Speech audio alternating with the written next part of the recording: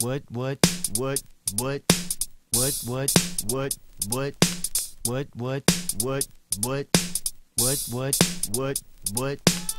would you do if you realized you were not cut out for the mainstream?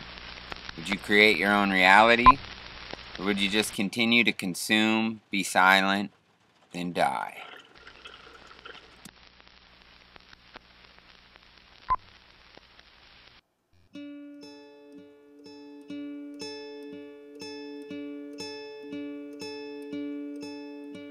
When I was in kindergarten, a new family moved into my block.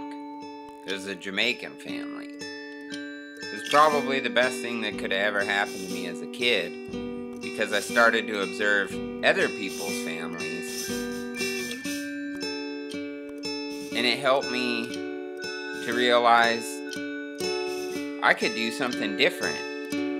I didn't have to be an elevator mechanic like what my father wanted me to be. And maybe I could just create my own reality, you know?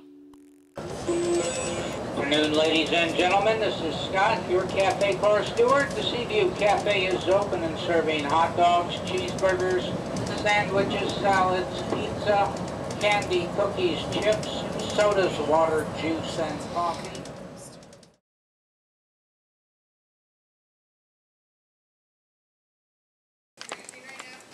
I'm cruising.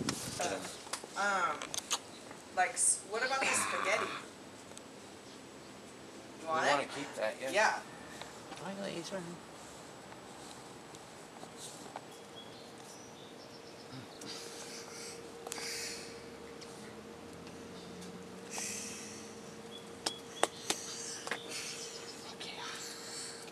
It's like, fuck, he's a human.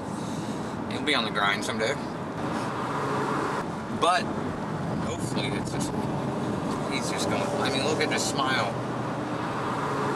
It's fucking, he's gonna have it pretty good, I think. And I was like, Grandpa's mixing some resin, huh? Is that what's happening? Hey, Nate. What up? Christian said he left some fins here. Have you seen them? Grab some with both hands. Yeah, it's dirty in the street. Well, I'm crawling around the shop, so it couldn't be any dirtier than that. No. Wrong pipe, huh?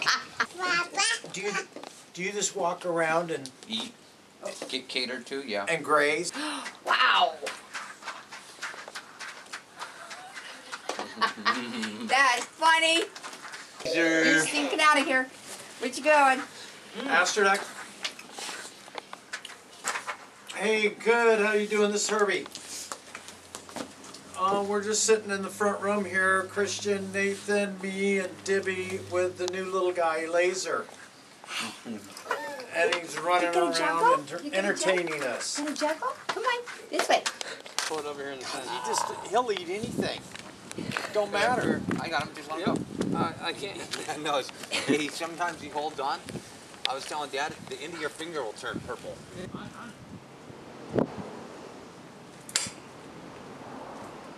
Hey, you want to give us a little push, Nate? Herb, step I back. gotta Get take a action. picture. Don't you dare stop. Hey, I give us a gotta little take a push, picture of Nate. this. Okay.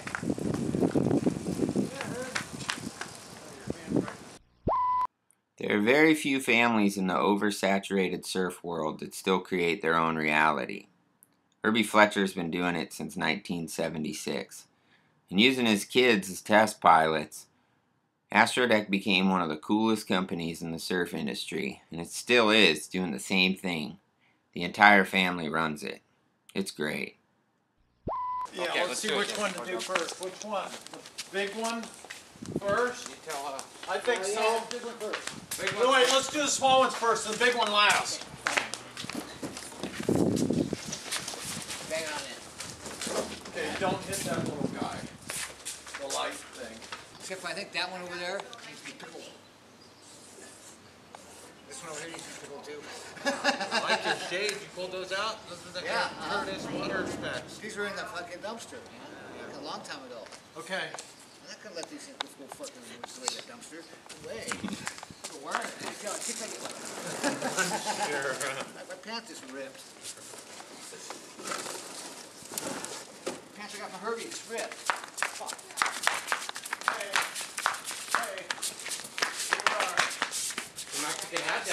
Doug? Yeah. Still doing it? Did you keep that little sombrero? Just drop to me. There you go.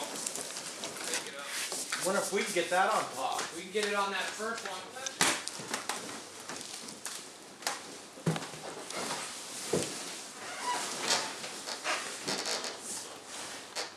Is that safe, Doug? Check the other side. Just roll over. That's I don't have to go anywhere. Sure? Yeah. This one's fine too. Don't push on them. I'm not, I was just checking them, man. So he's already making it easy on himself. Makes him easy to be happy and fucking want to take him around. You know, be the guy. Yeah, he's already showing like heavy symptoms of being radical, you know? And it's beautiful. It's just fucking awesome.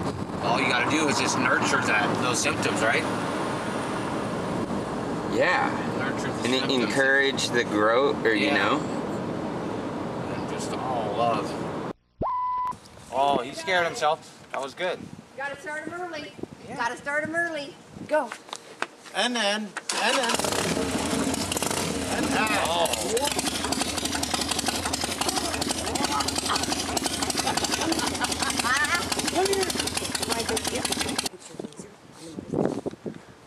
It even has a seat, the pegs, so I can see if I can ride two people. Yeah, buddy! Hey, one time we were trying to get him to do it. Well, come on, high five, high five. And he looked at us and he's all, high five. High five! Instead of doing it, he said High it. five! Can't see it. High five! What, you want to go to see your Uncle Christian? What's up, buddy? Ah, yeah. Play with.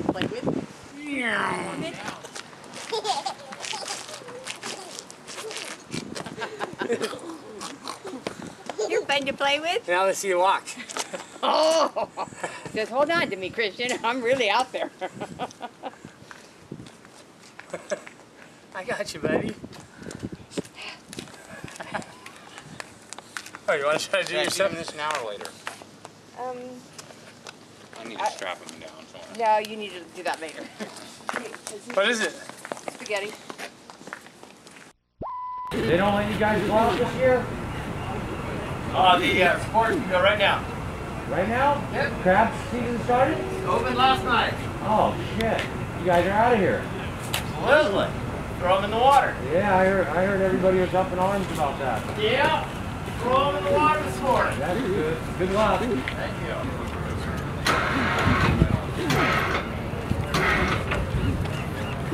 Gotta check it. First heat's gonna be Nar. This guy. You got the food? Yeah. Bottom line is, good friends, good ways. Also not afraid to go. Coming up, Nathan Fletcher on the right in green.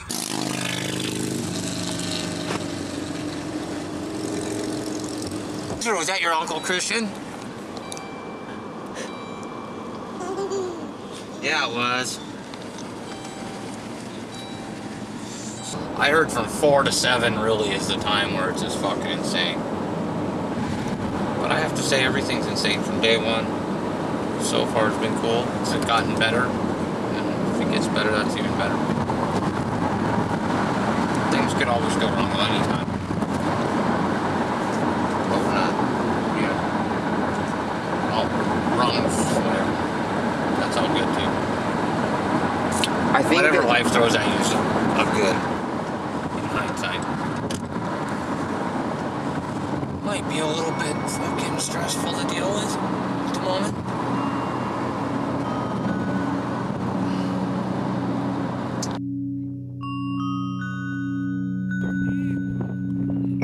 summed up in one emotion. What do you think that was? Well, I'm not trying to think about it, but what up, Dave? What are you doing? Nathan Fletcher. We're killer surface today. How is it out there? I'm gonna hang out and wait for a ride. You got a key to the room, Dad? But I know he does. Yeah, throw it in. I was going to see the little guy.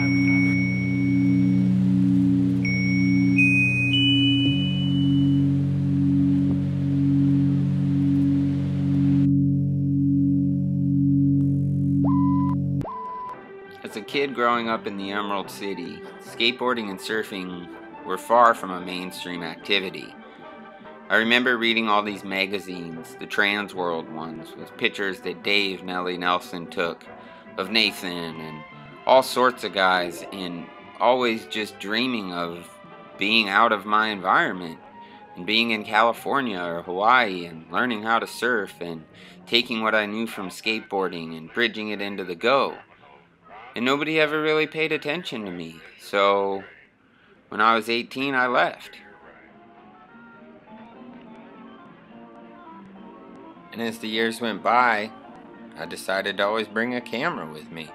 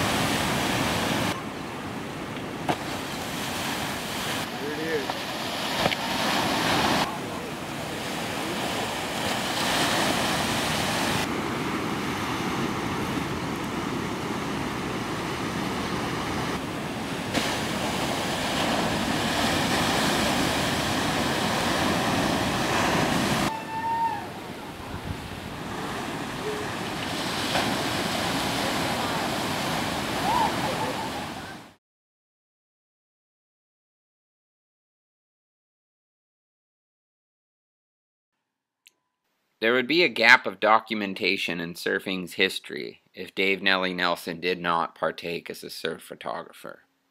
Obviously, when there's waves, start right around sunrise, and depending on the tide, we know where to go, and I meet up with the surfers either at my house or at the spot, and we usually try to get that first light, gold, coming off the water. Take my daughter to school. Put up a new show in this local restaurant down in the harbor called Aldo's. I saw this swell's gonna be a little late, so it's just starting to trickle in right now. So my morning routine has just been mainly computer work, really. What goes through the mind of Barney Barron when he's making his art pieces is pretty good. Wife made me this 8-foot slide table in here, and as a present, and then she brought me in here and showed me, this is your new workspace. It was sick. And this is actually TR. You know who TR is? So he was my mentor. This is Meekster. He's one of my best friends and pro skater here in Santa Cruz. One of the biggest legends from Santa Cruz. You know Bob Marley. We got George Bush, who has a little target on his head there. Yeah. And this is the office. When I started off shooting photos and shooting all this stuff, I was super hungry, and I was just, every day it was just a new adventure, and getting really creative, trying to get really creative with photography. And then after a while I kind of burned out, and I was I went through a hiatus where I just wasn't that into it, and now I'm full fire burning again. It's been good. This last year has been incredible. Transworld files that they sent back after they went out of business. They did all the trips, and just, it was a trip to all of a sudden whoa, what am I shooting? What am I doing? It took me a while to embrace it, but now that I've embraced it and moved on from just relying on one magazine or whatever, it's changed everything for me. I can thank a few people for that, because they woke me up. They're dude, better move on and figure it out, because it's gonna pass you by. Just a click, eh? Yeah. Which at first was tough, really tough, because that's kind of the advantage I had. in the surf industry is I knew everybody, and so I knew exactly where to send photos, and they only have one slide. So it was like to have that knowledge and know where to send it was huge. And then as soon as I lost that advantage, it was just like I'd go shoot off the wall with Archie, and we'd come in and go back to his house, and there'd already be 18 emails from other photographers. Then it would say like CC Ruka, CC Santa Cruz Surfboard, CC, you know what I mean? It was just like, whoa, all the sponsors already have all these photos from other photographers, yet I was the one who swam out there with them to shoot, you know, and it's just like, it was crazy. The change was crazy. And this is my new setup with my SPL housing right here and the GoPro on top, and so it's Timmy. He's fun to hang out with. He loves to golf too. He froths on golf, so it's sick because we get what we need in the morning. You know, we wake up at the crack and go get shots for 4 to 5 hours, eat a bonsai bowl, and then go golf all through the midday when the light's shitty, and then go back down and go surf all evening and get some flash work done or whatever.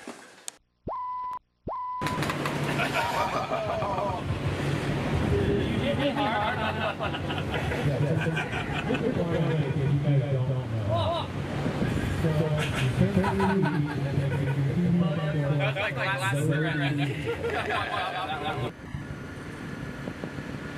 793. Dude, you guys got something going on with Carla. Either way, just move that board rail to rail. There's no hiccup, there's no bounce. There's really no wave either. It makes it really hard. Oh, one more. Alright, take him to course. I'm fucking stupid. Yeah, fucking crazy, man, bro.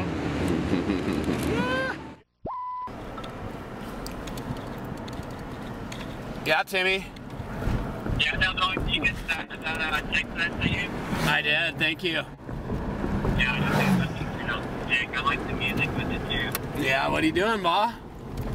I'm gonna go golf. It's like 100 mile per hour wind, and I'm gonna go fucking shit at 39 on the whole round. I like it, dude. I knew you were. What are we doing with that one clip, dude? Which one? The A plus one.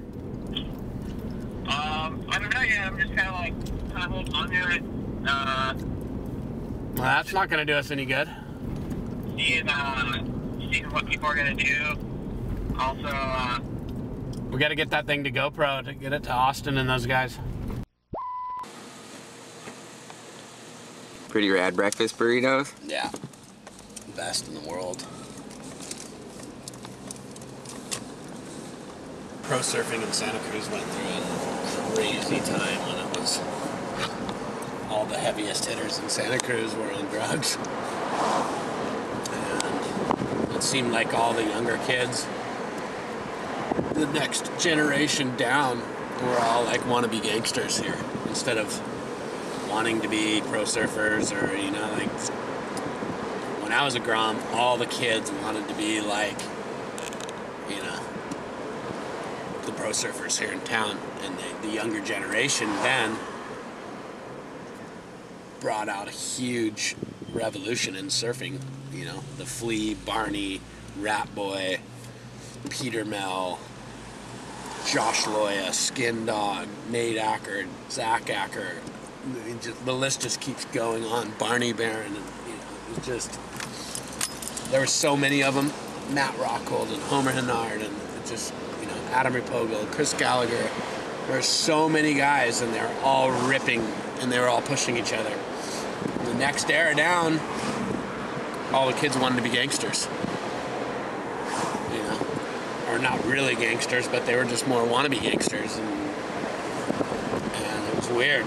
You know, in that era, it was like Nat Young, and, you know, there was a few others,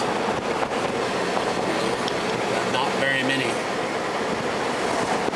Now, it's changed full circle again. And most of the pro surfers that were on the shit are now sober and clean and doing good for our community.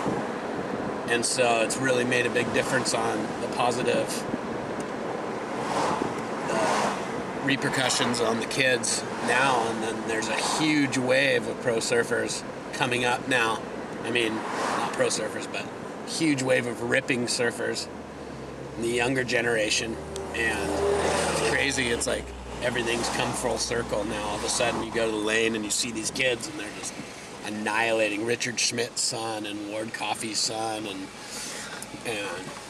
you know, Willem Banks and Sean Burns and Wyatt Barabee, and there's just a huge crew of ripping surfers coming up. And over here on the east side too, there's a huge crew of rippers, and it's cool to see that, you know, they all don't want to be meth dealers and gangsters. They want to be pro surfers, or, you know, they seem to have good head on their shoulders.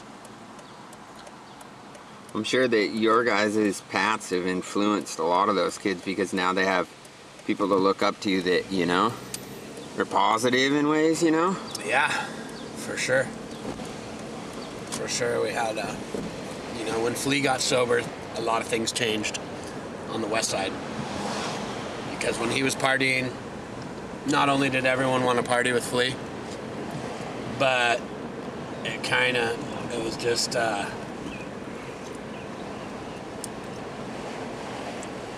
the west side was just kind of going off during that era. And then when he got sober, you know, I mean, before he got sober, he wasn't doing very well. And it was crazy because everybody looked up to Flea, everybody, the whole town, me especially. And then all of a sudden one day he was skinny and he never surfed, and it was like, whoa. I saw him at Stockton Avenue one day, and I like put my arms around him, and it felt like he weighed like 100 pounds. And I was like, whoa, I got really worried. I was like, fuck, you know, is Flea gonna die? And right after that is when he fell off a cliff and almost killed himself, you know, and broke his arm and split his head open, and, you know, he finally said, okay, it's time to call it quits. And when he did that, things changed really fast. A lot of his friends kind of followed him in that path, and the more that followed him, the more that it affected in a positive way. And, you know, it's not just Flea either. There's a bunch of other guys that have pulled out and have had a positive effect on the community here in Santa Cruz. It's pretty sick. I love it. You know, Peter Mel does a lot for keeping kids, pro surfing kids, out of that scene. And John Mel's a big part of it, his son. And it's pretty cool. It's like, I don't know, I'm into that. Coy, do you want to tell me a little bit about yourself and like what it's like surfing in Santa Cruz? It's pretty cool in Santa Cruz. The surf's good. A lot of cool people out there. It's awesome. Rad. Who's your favorite surfer? Pro surfer? That's a tough one. Pretty like Nat Young and Mick Fanning. Nice. I see you got the chocolate dip. You've been surfing a lot lately, huh? Yeah. Pretty rad. Yeah, thanks. Yeah. What about your dad? How has he influenced you as a surfer? Oh, a lot of things. He's just been pushing me to go out bigger waves. And yeah. What kind of board are you riding right now? A Blackbird 4.5. Right. Yeah. Is that like an elephant gun for you?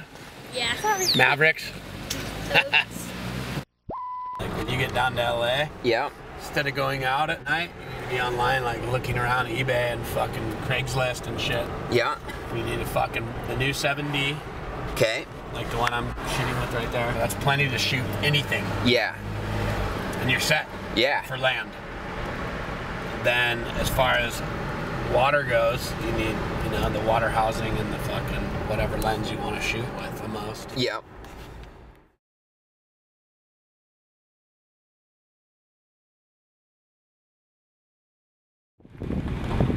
nude bowl. I've been living in my van in California. My girlfriend came out of the closet a year ago, and it's taken me a little while to get my bearings straight. So I decided that I'd finally go track down the nude bowl. I've been wanting to skate it since I was a little kid. When I got there, some of skateboarding's future was doing what I'd always wanted to do. Skate the nude bowl. Cool. Yeah, coming with you guys, Rad. My newfound friends took me to Jeremiah Rist's house, who was the original finder of the Colony Bowl in the 80s.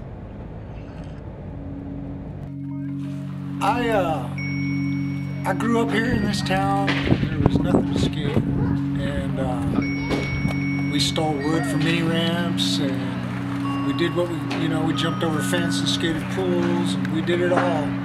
And then I moved away from here for 15 years, and I rented rooms from friends and didn't really have my own space. And it just came a time in life where I wanted to buy a house, and I just took a gamble, kind of a midlife crisis, I guess you want to say. Instead of buying a fancy car, I just decided to drop 50 grand on a pool. And it was scary. But I wish more people would step to the plate and make it happen. The fact that I did it and that I'm open to so many people and whatnot, hopefully that spreads and people realize that they can do it. So come skate.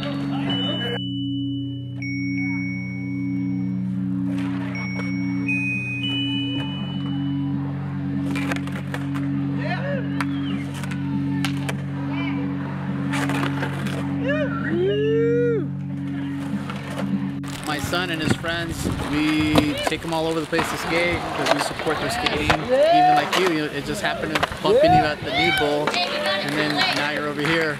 We make a lot of friends and meet people from all over the place, and that's why we do it.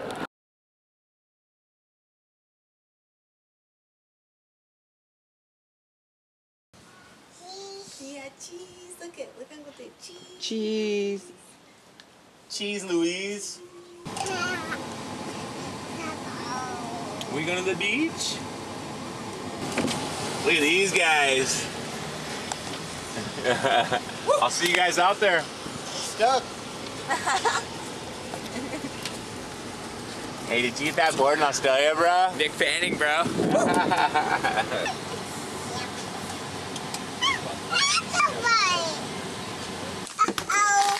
Uh-oh.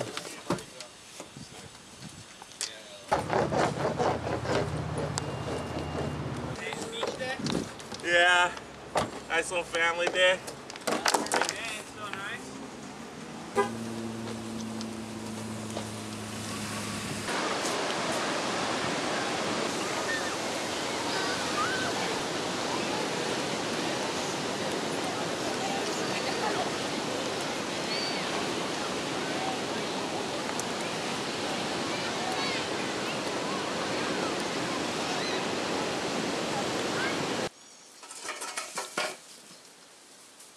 Yeah, how do you find balance between all the stuff that you do here just to maintain your home, to be able to still go surf and pick up your daughters, and what is it that you find inside that keeps you balanced with it all? Just the kids alone keep me happy, and surfing and just being outside. I just kind of try to learn how to be a dad through the mistakes my dad made. I can't really blame him or be mad because he didn't have a dad either. Everyone deals with their own stuff differently. So I just figure go by the stuff I didn't like as a kid, the stuff I went through, and I make sure just to try not to be that kind of parent and get my kids everything they need. Freak, how am I gonna get this up to that tree? It's made out of volcano? Yeah, take that right there. Take me on it. We see my lady tell us that how she doing.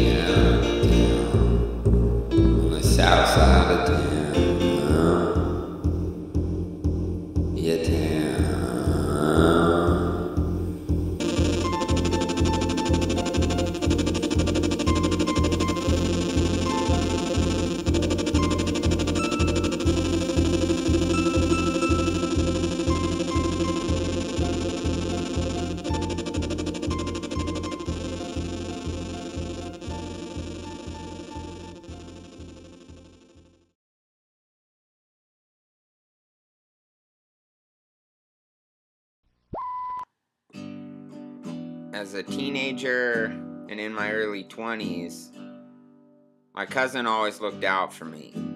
Mike and I skated together, we learned how to surf together, but the lifestyle wore us both out. I became a full-blown alcoholic and he got hooked on heroin. So I ran, like I always do. And when I got back, my best friend Joe REYES was killed by a drunk driver right before he was getting married. And after that, my reality switched and the growth began.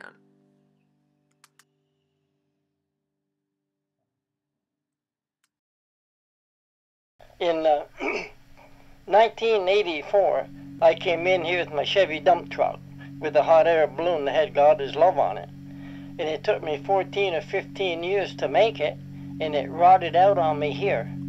So I told God that I'm going to stay 1 week and make a little 8-foot one. 24 years later, and I'm still here. And I'm glad now it rotted out here because I love the valley, and it's just plain the perfect place to build a thing like this. So basically everything that you've used to make this has been out of the desert? Yes, yeah. The desert supplies car tires, tractor tires, windows and cars, everything. And I go out in the desert for almost everything I need. No matter what the conditions is, I've got it made in the shade now. And I'm smart enough to recognize it. The idea, like, all my life I could never do anything. I mean, I just can't, I'm clumsy. So I don't think much, I just do it. And it's like that a lot. So I like to get the word out there. I'd like to get that great big God Is Love out there, universal, to everybody He ever made. And that's it. That's short and sweet, and the mountain is talking good on that.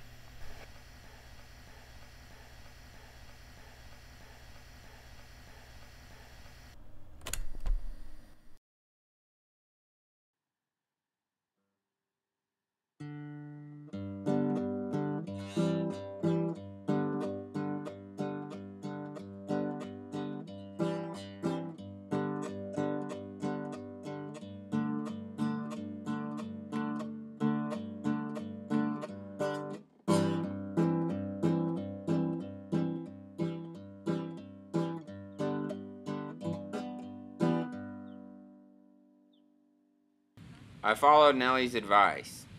I got the camera. I booked a trip to Hawaii. I walked away with this clip of KIKO that could have won Wave of the Winter. But that's the issue. In the end, Surfline made the movie. I never saw my name in the credits. And that's the thing. I don't think I have the hustle anymore. I had a series of panic attacks in Hawaii and decided it was finally time to go home.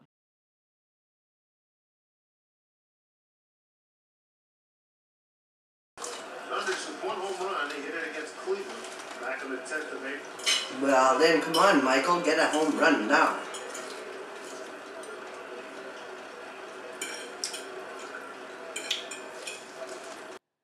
In the past, when I'd hit rock bottom after being on the road, I'd go home to my grandpa's house.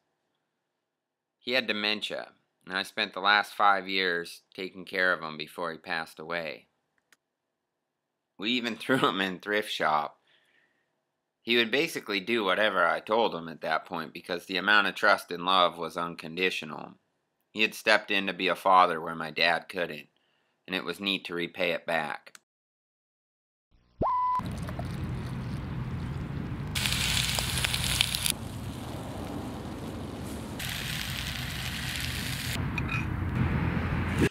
Now home is at the end of the earth, or still in the van, but I'd like it to be the end of the earth.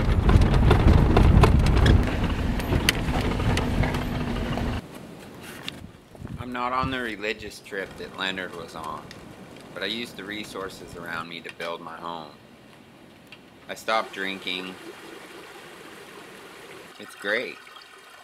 All I really care about these days are what the birds are up to. there's going to be waves in my backyard. Fickle waves, but waves.